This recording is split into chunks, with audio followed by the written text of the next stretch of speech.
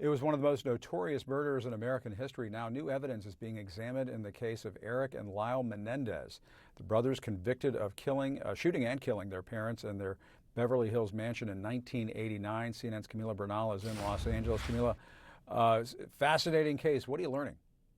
Absolutely, Jim. So the attorney representing the brothers now says he's very optimistic about the district attorney reviewing evidence in this case. So the question is not whether or not these two brothers killed their parents. They admitted to doing so, doing it in that mansion in Beverly Hills back in 1989. The question is, should they be serving a life sentence? And their attorney does not think so, which is why he has been pushing for this sentence and this conviction to be vacated, and also pushing for a review of this evidence. He says because the evidence proves the sexual abuse allegation, and this all especially after so much interest in this case, thanks to social media, thanks to documentaries, thanks to that Netflix docudrama. A lot of people talking about this case and also talking about the sexual abuse allegation in this case, because that is the central argument of the defense. They say that these two brothers killed their father because he was sexually abusing them. So part of the new evidence that the defense team is putting forward, they say proves that sexual abuse. One of the things is a letter that they say they have written by Erik to a cousin, and they say this letter details that sexual abuse before the murder. The other thing that they're reviewing is an allegation from a member of the boy band Menudo, and he says he too was sexually abused by the brother's father, Jose Menendez. And so that's why the district attorney now says, yes, he will review these. He has not made a decision. And remember, George Gascón is currently running for re-election here in Los Angeles. So this is in the midst of all of this. And I do want to point out, though, that one of the things that both the defense and the district attorney have said, essentially, is that if this case was viewed today, that sexual abuse allegation would have been seen differently, Jim. Very interesting. All right, Camila Bernal, thank you very much. And joining us for perspective on this is Los Angeles County District Attorney George Gascón. Mr. Gascón, what about this new evidence presented in the petition filed by lawyers for the Menendez brothers? How was this evidence discovered, and what's your take on all of this? Well, hi, Jim. First of all, thank you for having me here. Look, we have two different petitions, and I know it gets a little complicated, but basically, as Camila indicated, one is basically asking the court, as a habeas petition, is asking the court to take a quick look and see if there's evidence that had that evidence been presented to the jury and the court during the trial, the outcome might have been different. The other one is a resentencing motion, and that basically is asking to take a look at the original sentence and see whether there should be a different type of sentence, given that they have rehabilitated and there's a whole list of things that they have listed.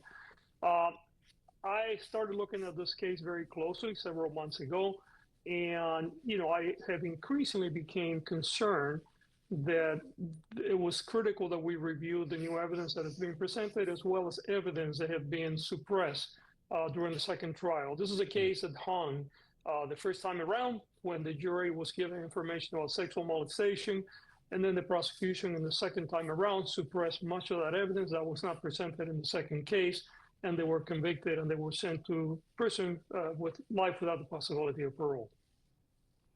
I mean, George, a lot to unpack there, but I mean, obviously these murders were brought to life in this recent Netflix series and other documentaries, but is this recent attention having some bearing on how this case is being re-examined and how you're looking at it? I mean, it sounds as though you may be predisposed to thinking that maybe this needs a second look, and maybe something needs to happen here.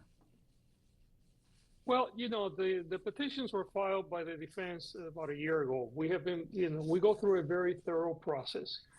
We have a photocopy of a letter that allegedly one of the brothers sent to a cousin talking about molestation. We have the evidence that came out a couple of years ago about the Menudo band member talking about his molestation. We have done about 300 resentencing cases since I've been in office, and only 4 have reoffended. And the reason that I attribute to that is we're very careful about looking at all the circumstances in the case. The reason why we have become more public is because after the documentary, we began to get, many requests from media and others about where was the case. The case is actually scheduled for a hearing on November 29th, but for the documentary, quite frankly, we probably would not be talking at this point. We may be talking later, but that certainly has increased the attention by the public, and that's what we're being public about where we are. And George, I mean, let's talk about the aspect of this that is really coming to light once again, although you did say it came up in the original trial, and that is that these brothers, it's believed they were sexually abused. They say they were sexually abused. And do you think it's possible that folks looking at these allegations now will say, okay, these murders happened, but, because of these circumstances, maybe these two brothers have served enough time and they should be able to be free and move on with their lives? I mean, Jim, even if you look at the first trial, right, the first jury hung when some of that evidence was presented. So clearly, even 35 years ago, people had concerns, but there is no question that our sensitivity to sexual assault is much more significant today. We also, I think, has been clearly established that both men and women can be sexually assaulted, or boys and girls.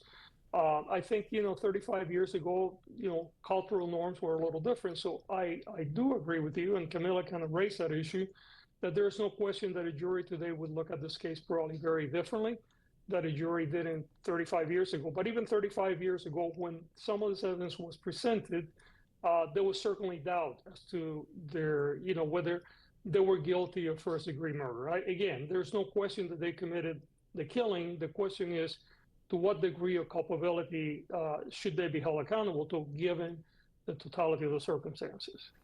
And I do want to have you listen to this comment from Mark Garagos, attorney for the Menendez brothers, and we'll talk about it on the other side. They've been model prisoners.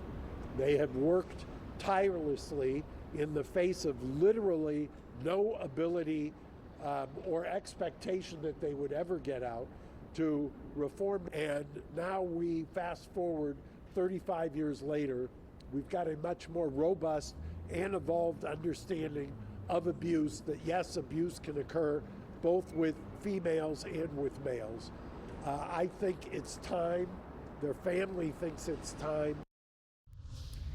Yeah, George, what do you think about what Mr. Garagos says there? Well, I think Mark raises, points that there is no disagreement on my end. First of all, we all know that both boys and girls, men and women, can be sexually assaulted. And I believe that the issue of their efforts to rehabilitate appear to be very valid, and that's one of the things that we're checking into, because absolutely they had no prospect of getting out of prison. They probably thought they would be there for the rest of their life. So that certainly speaks very highly to their commitment to be a different human being, perhaps as they were 35 years ago. And I think that all plays a role in what will be my final decision.